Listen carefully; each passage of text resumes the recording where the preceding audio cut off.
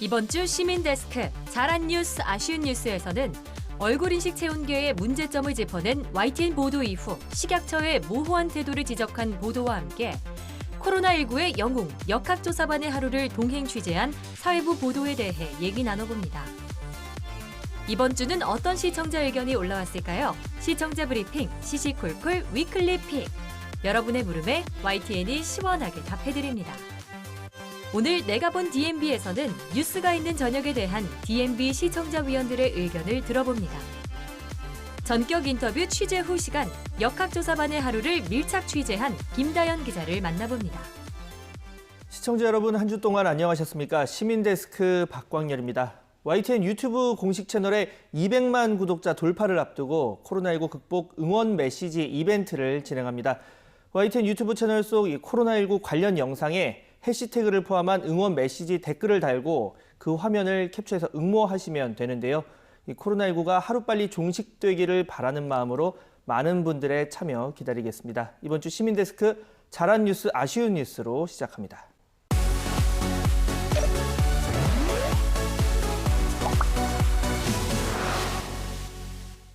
오늘 함께 이야기 나눌 분들 소개해드립니다. 민주사회를 위한 변호사 모임 미디어 언론위원회 이강혁 변호사, 정영희 시청자평가원, 그리고 신웅진 시청자센터 에디터 나오셨습니다. 세 분 어서 오세요. 네, 안녕하세요. 자, 지난주 역시 화제가 된 사건, 사고가 참 많았습니다. 이스타항공 정리해고 사태 현재 진행형이고, 또 독감 백신 1,900만 명, 올해는 더 늘어서 무료 접종을 시작했습니다. 그리고 이 소상공인, 자영업자 긴급 재난지원금 지원 관련해서 여러 가지 의견도 나왔고요. 이런 가운데 요즘 코로나 와중에 많이 쓰고 있는 얼굴 인식 체온계 문제점을 지금 YTN이 연일 보도하고 있습니다. 이 시청자 게시판에서 상당한 지분을 차지하고 있는데 이 부분 짚어보겠습니다. 지금 변호사님께서 내용 준비하셨다고요? 예, 지난 약 2주간 계속 연속 보도를 해주신 것 같은데요. 예. 먼저 지난 4일에는 단독 얼굴 인식 체온계라더니 사진 갖다 대자 정상 체온 보도가 나왔는데, 그 내용은 이제 관공서 출입구에 설치된 얼굴 인식 체온 측정기가 사람 얼굴이 담긴 사진이나 그림을 실제 사람으로 인식하거나 또 체온 측정을 부정확하게 하는 등으로 오류를 일으키는 것으로 YTN이 실험한 결과 드러났다는 사실을 전했고요. 나아가서는 11일이었죠. 얼굴 인식 체온계는 불법 의료기기, 그런데도 뒷짐진 식약처 보도를 통해서 행정적 관리 감독 책임을 다해야 할 식약처가 명확한 기준 설정과 제도 정비 없이 모호한 태도를 보이는 바람에 해당 체온계를 사용한 소비자들까지 법 위반을 걱정해야 하는 등으로 현장의 혼란이 가중되고 있다는 실정을 지적해줬습니다. 네. 전체적으로 봤을 때 유례를 찾기 어려운 코로나19 확산 사태는 기존 제도만으로는 감당하기 어려운 뉴노멀 시대를 열고 있고요. 때문에 이번 얼굴인식 체온계 문제를 놓고도 기존 법제도에 따른 규제 적용을 일단 풀어줘서 신산업 성장을 뒷받침해야 한다라는 주장이 업계 등에서 제기되고 있고, 이번 YTN 보도에 대해서도 관련 업체들이 강하게 반발하고 있는 게 또 사실인 것 같습니다. 하지만 급할수록 돌아가라는 속담이 있죠. 그 교훈처럼 급하다고 제품의 오류를 간과한다거나 의료기기 허가 인증 제도와 같이 기본적인 국민보건의 원칙을 저버리는 것은 장래에 더 큰 위험과 손해로 우리에게 다가올 수가 있는데요. 이런 맥락에서 이번 YTN의 연속 보도는 코로나19에 따른 특수로 급성장한 얼굴인식 체온계 산업의 그림자를 잘 조명을 해서 오히려 역설적으로 이 산업이 앞으로 거품 없이 명확한 제도적 기준에 근거해서 보다 안정적으로 발전해 나가는데 적지 않게 기여했다고 생각합니다. 자, 이 보도를 한 김우준 기자, 저희 뉴스앤이슈 시간에 저는 없었던 날이지만 나와서 이제 출연을 직접 하면서 시연을 하기도 했습니다. 그러니까 이렇게 문제가 있는 거다. 왜냐하면 관련 업체에서 반박문도 내고 굉장히 아까 시청자 게시판 등을 통해서 문제 제기도 많이 하고 그랬거든요. 자, 이번 이 관련 연속 보도 에디터님 어떻게 보셨습니까? 이 정리와 결정은 이 주무부서인 식약처에서 해줘야 되는 거거든요. 예. 석 달 넘게 이 식약처가 이 불법 체온계가 팔려나가는 것을 보고만 있었던 것은 이 문제라고 보고 있습니다. 이 YTN 취재가 시작되면서 식약처가 입장을 내놨고요. 부랴부랴 불법 체온계라고 하긴 했습니다. 그런데 열 있는 사람을 찾아내는 용도로는 여전히 써도 된다라고 해서 시장이 더 혼란스러워졌거든요. 네. 이 식약처가 조금 더 정확한 기준을 제시해야 합니다. 그러니까 체온계로는 불법인데 열이 나는 사람을 잡아내는 용도는 괜찮다. 좀 예. 모호한 부분인데 앞으로 후속 보도 좀 더 지켜보도록 하고, 자, 이번엔 평가원님께서 준비하신 소식 짚어볼까요? 네, 저는 이번 주에 잘한 뉴스로 지난 8일에 방송된 내용인데요. 네. 끝이 안 보이는 싸움, 부디 거짓말 많은 역학조사반의 하루라는 뉴스를 선정을 했습니다. 이 뉴스는 해당 기자가 코로나19 역학조사반의 하루를 추적하고 취재를 해서 이렇게 보도한 것인데요. 사실은 8개월째 계속되고 있는 그분들의 노고와 그 애로 사항을 잘 알림으로써 결과적으로는 시청자에게는 협조를 부탁을 하고, 그리고 그분들에게는 힘을 드리는 그런 좋은 뉴스라고 생각을 합니다. 보도에 의하면 8월 중순 이후에 역학조사를 담당하는 보건소의 업무량이 3배로 폭증을 했다고 하는데요. 이러한 상황에서 민원 응대까지 전부 다 이분들의 몫이라고 합니다.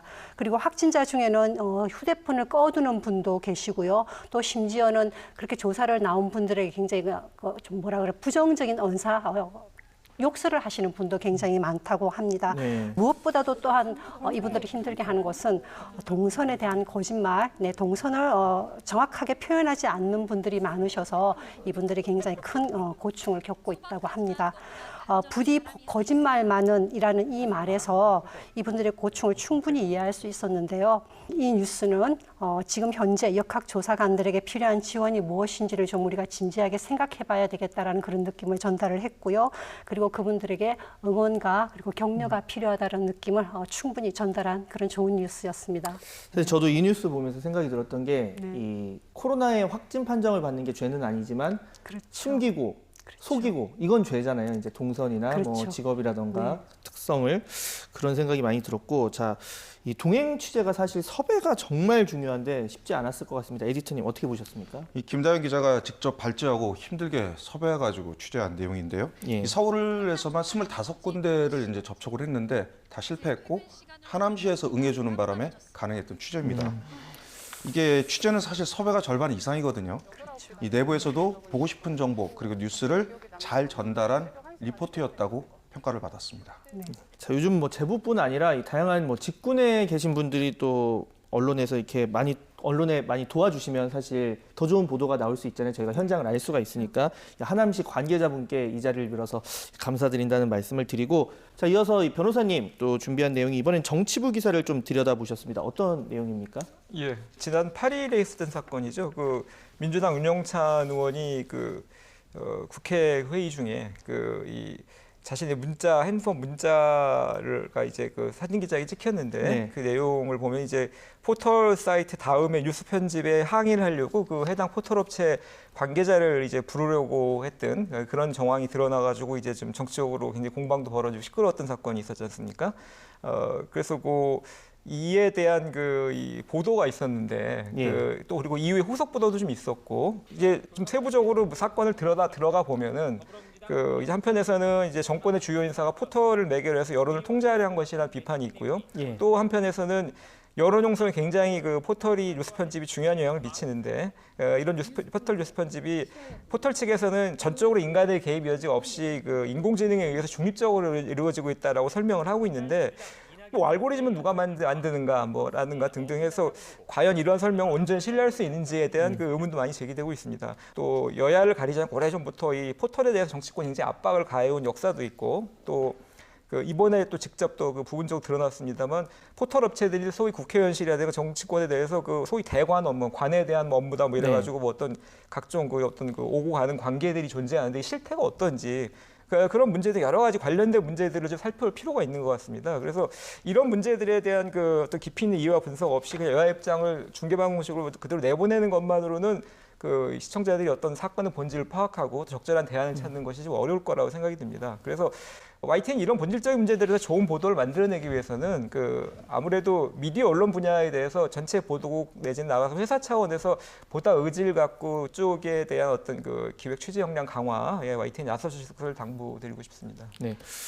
방금 뭐 얘기하신 거는 이제 진짜 담당 기자뿐 아니라 해당 부장 그리고 보도국장 나가 사장까지 이렇게 나서서 하면 좀 더, 보도국 차원에서 역량을, 이제 회사 차원에서 역량을 투입을 해야 될 보도 같은 게 찾기가 굉장히 올 거예요. 아마 이런 내용들을. 그런데 자, 뭐 지금 관련해서 일단 그 에디터님 의견부터 먼저 들어볼게요. 예. 네, 먼저 이 네이버와 다음에 뉴스 알고리즘이 다릅니다. 이제 네이버 같은 경우는 사용자가 보고 싶은 언론사를 먼저 정하면 그 언론사에서 뉴스의 밸류를 순위를 맞춰서 이제 보여주긴 하는데요. 이 다음 같은 경우는 내가 어떤 뉴스를 선택했느냐에 따라서 이 메인 뉴스의 편집도 다르게 나타납니다. 그런 차이를 좀 자세하게 보도했더라면 이야기가 더 좋았을 것 같다라는 그런 아쉬움이 좀 있고요. 또 국회의원과 이 포털의 관계는 그동안 심증은 있었고 여러 추측도 많긴 한데 실제로 확인된 것은 많지 않다는 점에서 앞으로도 이미 드러낸 사실을 전하는 것뿐만 아니라 이 드러나지 않은 사실을 더 깊이 취재하는 그런 노력도 필요하지 않을까라는 생각이 들었습니다. 네, 앞으로 좀 후속 보도 지켜보도록 하겠고요. 자, 이번엔 평가원님께서 꼽아주신 내용 보겠습니다. 뭐 언론사가 우리말 많이 쓰는 게 당연히 중요할 텐데 그런 부분에서 좀 아쉬운 내용이 있었다고요? 네, 사실 지난 9일에 방송된 KPGA 안전이 제일 공식 기자회견도 언택트라는 뉴스를 이번 주에 약간 아쉬운 뉴스로 선정을 했습니다. 사실 코로나19와 관련해서는 언택트, 뉴노멀 아니면 포스트 코로나, 코트 격리, 팬데믹, 셧다운 이렇게 관련된 용어들이 굉장히 많이 사용이 되고 있는데요. 그러니까 외래어를 사용하거나 혹은 외국어를 사용하거나 이런 것이 YTN의 문제뿐만은 아닌데 모든 매체에서 일상화되어 있는데 사실 시청자의 입장에서 본다 그러면 중요한 사안일수록 좀 더 쉬운 언어로 정보를 전달할 때 우리의 이해도가 훨씬 더 높아질 수 있기 때문에 이런 부분에 대해서 좀 말씀을 드리고 싶습니다. 사실 코로나19와 관련된 이런 용어들을 어떻게 쓸 것인가에 대해서는 YTN이 사실 이미 많은 고민을 했었습니다. 지난 5월 26일에 보도된 내용 시청자 브리핑 시시콜콜에서도 언택트는 비대면 더 좋은 표현은 없나요? 라는 이런 의견들을 이제 YTN이 어떻게 고민하고 있는지를 잘 보여줬었습니다. 그렇지만 여전히 YTN의 다수의 뉴스에서 외국어 혹은 외래어를 그대로 사용하는 경우들이 있는데요. 언론은 중요한 사안일수록 시청자의 이해를 더 돕기 위해서 더 쉬운 그리고 가능한 한국어, 우리말을 사용하는 것이 마땅하다고 생각을 합니다. 특히 특정 시대의 언어는 그 쓰임새를 특정 시대 언어의 공식적인 쓰임새를 보여주는 것이 뉴스이기 때문에 특별히 좀 이런 역할에 YTN이 앞장서 주시면 좋겠다는 생각을 했습니다. 제가 들으면서 뜨끔한 게 네. 아까 저희 방송하면서 맨 처음 시작했을 때 변호사님께서 할 때 뉴노멀이라고 네. 얘기를 하셨어요. 그래서 그걸 들으면서 이거 외래어인데 이 생각이 뒤에 이게 나올 걸 아니까 생각이 들었고 저도 오늘 뉴스 하면서 조금 전에 뉴스를 했는데 이 언택트 선별진료소라는 표현을 썼습니다. 그때 이제 급하게 바꿀까 하다가 대면은 하는데 접촉은 안 하니까 비접촉 그러면은 선별진료소 뭐 이렇게 바꿀까 하다가 에이 하면서 이제 언택트라고 했는데 그런 부분 저도 더 신경을 써야 되겠고 회사 차원에서도 좀 신경을 써야 될 것 같습니다. 자, 아무래도 에디터님 이런 거는 좀 교차 점검이 많이 필요하겠네요. 그렇죠. 다시 한번 정리를 해보면 ON으로 시작하는 언택트는 네. 화상대면, 뭐 영상대면 이렇게 쓰고요. UN으로 시작되는 언택트는 비대면으로 그렇게 풀어 써야 되는데 사실 이 말 모두 다 콩글리시입니다. 영어권에서 쓰지 않는 말이고요. 네. 요즘에는 사실 영어가 오히려 귀에 더 잘 들어왔기 때문에 자주 우리가 쓰곤 하는데 그래도 가능하면 우리말로 바꿔 써야 되겠죠. 언론사의 역할이 특히 그런 거니까요. 아무래도 외래어로 하면 좀 축약이 되는 느낌이 있어서 많이 쓰는 것 같은데 뭐 용어에서도 그렇고 자막도 그렇고 앞으로 저희도 좀 더 주의하도록 하겠습니다. 네, 오늘도 이 YTN 더 나은 보도를 위한 세 분의 애정어린 분석과 해설 잘 들었습니다. 오늘 말씀 감사합니다. 믿고 보는 뉴스를 만들기 위한 노력은 계속됩니다. 시청자 브리핑 시시콜콜 위클리 픽. 이번 주 시청자 의견 함께 보시죠.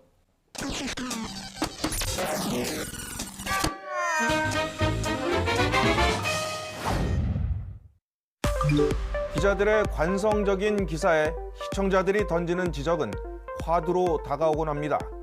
이 기사에 붙은 댓글이 그렇습니다. 충북 괴산군 장현면에서 68살 여성이 남편이 몰던 화물차에 치여 숨졌다는 안타까운 사연입니다. 이 기사에서 네티즌들이 지적한 표현은 바로 할머니였습니다. 68세가 할머니였구나. 68세 할머니? 68살 여성이 남편이 몰던 차에 치여 숨져라고 하는 게 맞지 않을까? 할머니라는 단어가 왜 나와? 시청자들의 지적이 타당합니다.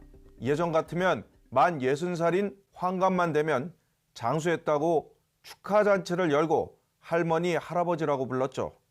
하지만 평균 수명이 늘어나면서 100세 시대가 도래하고 있는데 기사는 그런 시대 상황을 반영하지 못했습니다. 어학사전을 살펴보면 부모의 어머니를 이르거나 부르는 말로 손주가 있어야 할머니지 나이에 따른 정의가 아닙니다. 대체로 할머니, 할아버지라고 하면 노인으로 보는데 몇 살부터 노인이라는 뚜렷한 법적 근거도 없습니다. 기초연금과 지하철 무임승차 등이 시작되는 65살부터 대체로 노인으로 보긴 하는데 정부는 이 기준을 70살로 올릴 것을 검토하는 등 시대는 계속 변하고 있습니다. 요즘에는 노인보다는 어르신이라는 말을 많이 쓰고 있는데 적절한 표현을 고민해 보겠습니다. 맥락상 가족들과의 관계를 설명해야 할 경우에는 당연히 할머니나 할아버지라는 표현을 씁니다. 하지만 그렇지 않을 경우 시청자의 지적처럼 할머니라고 단정하지 않고 나이와 성별 등 가치 중립적인 기준으로 인물을 표현하겠습니다. 건강보험료를 내지 않는 다주택자가 120만 명이라는 리포트가 방송됐습니다. 이에 대한 시청자 반응이 많았습니다. 전화 의견부터 듣겠습니다.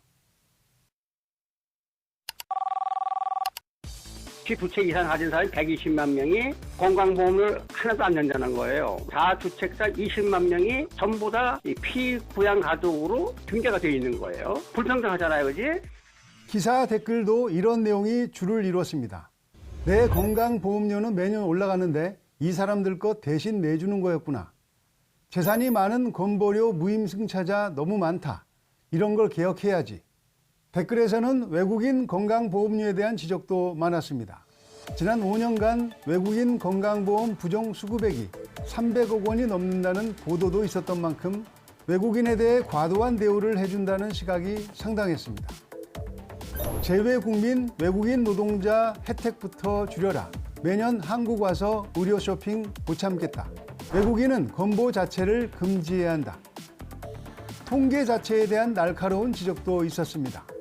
120만 명 중 대다수는 부득이한 다주택자가 많다. 상속, 증여 등이 분할로 이뤄진 경우 실질적인 권한도 없이 지분을 갖는 경우도 포함된 것이기 때문이다. 기사에서는 이런 사람이 모두 포함된다. 그냥 따로 2주택 이상 100% 소유권자를 써라. 취재기자에게 문의했는데 이번 통계 데이터에서는 100% 소유권자를 따로 구분할 수 없어서 기사에 지분 부분을 설명했다고 합니다. 이번 피부양자 통계에는 지분이 조금만 있어도 주택을 보유한 것으로 집계되는 한계가 있긴 하지만 YTN은 국민들의 삶과 직결된 건강보험 제도가 더 합리적으로 개선될 수 있도록 감시자 역할뿐만 아니라 건강한 대안을 제시하는 보도를 위해서도 더 뛰겠습니다. 시청자 브리핑 시시콜콜 마칩니다. 감사합니다.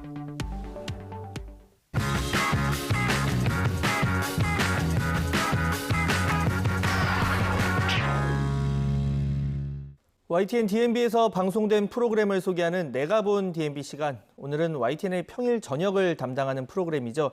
뉴스가 있는 저녁을 주제로 한 DMB 시청자위원들의 의견 들어보겠습니다. 9월 DMB 시청자위원회 지금 함께 보시죠. 9월 YTN DMB 시청자위원회 회의를 시작하겠습니다. 오늘은 YTN의 대표적인 저녁 뉴스 프로그램인 뉴이처, 뉴스가 있는 저녁에 관한 내용입니다.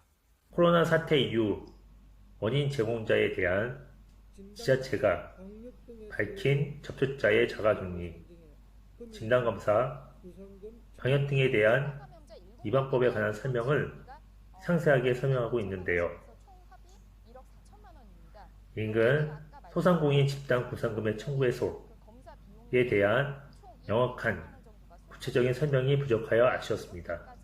오히려 이 라디오처럼 하는 엔딩 음악 송출보다는 그 마지막 엔딩 영상 하고 이제 자막으로 전하는 어떤 영상 에세이를 이제 쭉 틀어서 주셨는데, 이러한 엔딩이 그 뉴이처의 특징적인 장치 혹은 차별화된 장치로 보일 수 있지 않을까 하는 생각을 했습니다.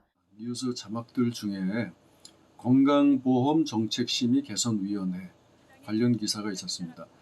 아나운서가 풀네임으로 읽어는 좋습니다. 이제 그 자막으로 처리하면서 단지 권정신 세 글자로만 표기를 했는데 소리를 잘 듣는 정상 시청자들은 문제가 없습니다만은 청각에 문제가 있는 청각 장애인 분들의 경우에는 좀 전달이 잘 안 될 수 있습니다. 코로나19 발생 이후 계속되는 특보 상황에서 뉴스 특보와 뉴스 특보가 아닌 중요 뉴스를 시각적으로 구분지어 전달한다는 점에서 자막의 배경색이 변화를 준 것은 좋습니다. 다만 투명한 배경색은 백그라운드가 너무 어두운 경우 혹은 어두운 계열의 색들이 반복될 경우 그 자막의 내용에 집중이 안 되고 잘 보여지지 않습니다. 개선이 필요해 보입니다. 태풍에 관한 보도는 지역별 사항을 적절하게 안마했고 현장감 있는 내용으로 진행됐습니다. 무엇을 대비해야 하는지 잘 표현됐습니다. 특히 평창군 송정교 다리 붕괴 직전에 주민의 능동적인 부분 대응은 많은 감명을 받았습니다. 이 부분을 생생하게 보도한 부분도 좋았습니다. 재난방송과 관련하여 가장 문제가 되는 점이 지방 지역의 피해가 종합뉴스 프로그램에서는 잘 다루어지지 않는다는 점입니다. 뉴스 프로그램에서 대부분 서울과 수도권 중심의 내용을 다루므로 지방에서 일어난 재난 피해가 보도되지 않아 소외감을 느낀다는 점이 종종 지적되었습니다. 각기 다른 주장을 하는 두 단체의 인터뷰를 하루라는 시차를 두고 내보낸 적이 있습니다. 이렇게 되면 시청자 중에 어느 특정한 하루만 이 뉴스를 접하게 될 경우에 어떤 한쪽 입장만 전해 듣는 그런 결과가 올 수도 있습니다.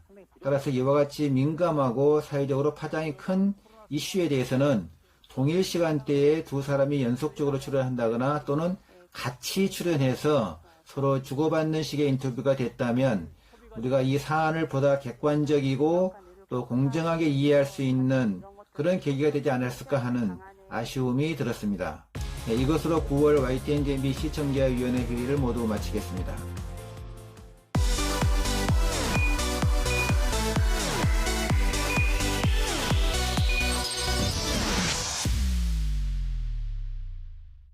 코로나19 확산세가 주춤하고는 있지만 여전히 긴장의 끈을 놓을 수 없는 상황입니다. 오늘 전격 인터뷰 취재 후 시간, 코로나19의 추가 전파를 막기 위해서 고군분투 중인 역학조사반의 하루를 밀착 취재한 김다연 기자를 만나봅니다.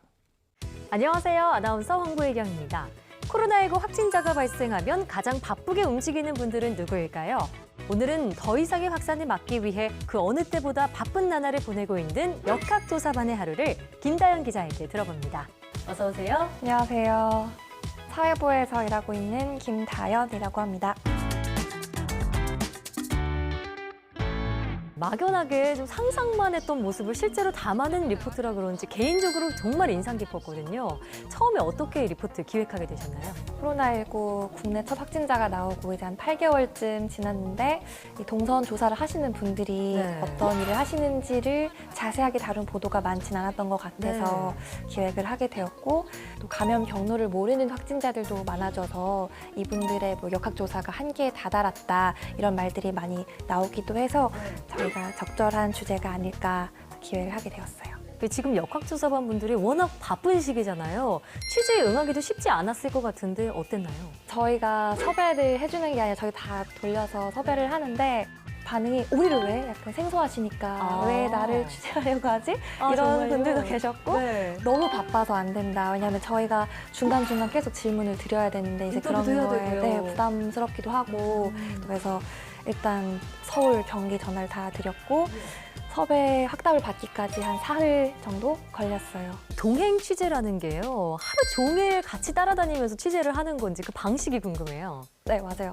계속 따라다녀야 되는데 원래 아침부터 가고 싶었거든요. 아침부터 가고 싶었는데 보건소도 이제 출근을 하고 다른 업무를 보기도 해야 그러니까 만약 그것만 하는 게 아니라 그러니까 역학조사 일만 하는 게 아니라 다른 업무를 함께 하는 거예요? 네, 같이 하는 거예요. 그래서 확진자 통보를 받은 이후부터 계속 하루 종일 따라다녔고 그분들이 현장 조사를 하고 사무실에 돌아와서 보고서를 작성하는 것까지 한 밤 10시까지 같이 취재를 했어요. 10시간 가까이 되는 시간을 함께 돌아다니시면서 취재를 하신 건데 확진자들의 동선을 파악하는 내용이 많이 담겼더라고요. 이게 주된 역할이라고 보면 될까요? 제 리포트 말미에 역학조사관께서 하시는 일을 뭐라고 정의하고 싶으세요라고 여쭤봤더니 현재와 미래를 지키는 일이라고 정의를 하셨어요. 기억이 나요. 보통 이제 동선 조사라는 게 그 확진자의 과거 행적을 좇는 거라고 생각하실 수도 있지만 그분이 어딜 갔는지는 중요하지 않거든요. 그래서 그분이 거기서 누굴 만났고 접촉자가 얼마가 되고 그래서 지금의 그 확진자의 현 상태에서 더 이상 추가 감염을 막는 거 그게 목적이라고 볼 수 있기 때문에 단순히 동선 조사를 한다기보다는 추가 감염을 막는 게 궁극적인 업무라고 볼 수 있을 것 같아요. 그러면은 확진자 동선과 관련해서 가장 어려웠던 사례 전해 들으신 게 있다면 소개해 주세요.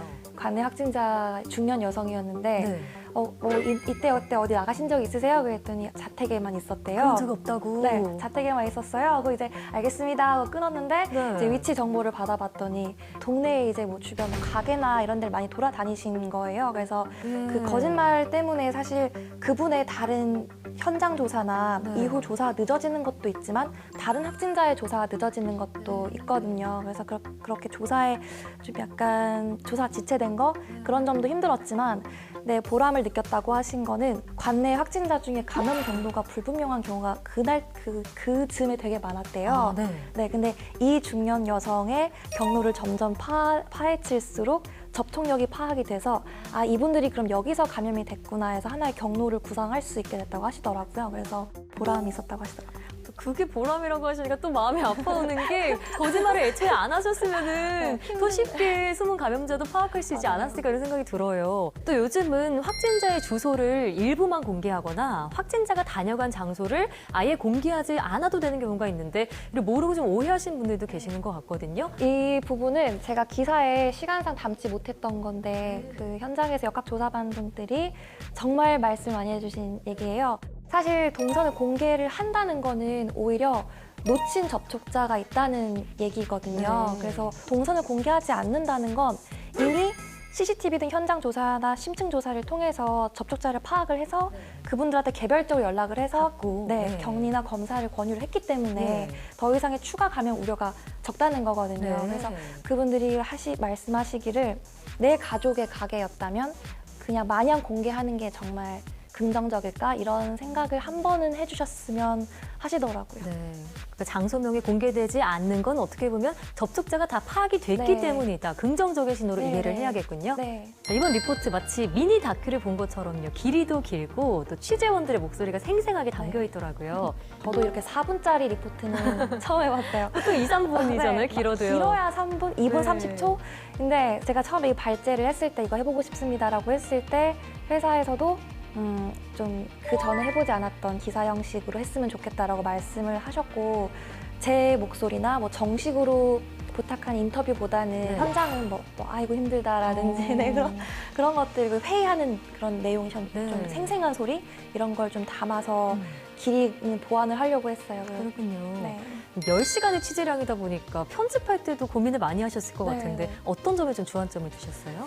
좀 울림을 줄 수 있는 기사라고 생각을 해서 배경음악이나 그런 부분들도 좀 신경을 썼고요. 약간 찡해졌더라고요, 마지막에.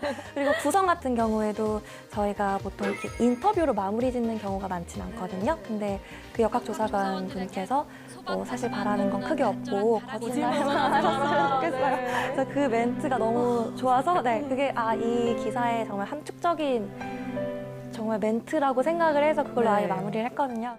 그럼 이번 취재하시면서 개인적으로 와닿은 부분이나 좀 느낀 점이 있다면요?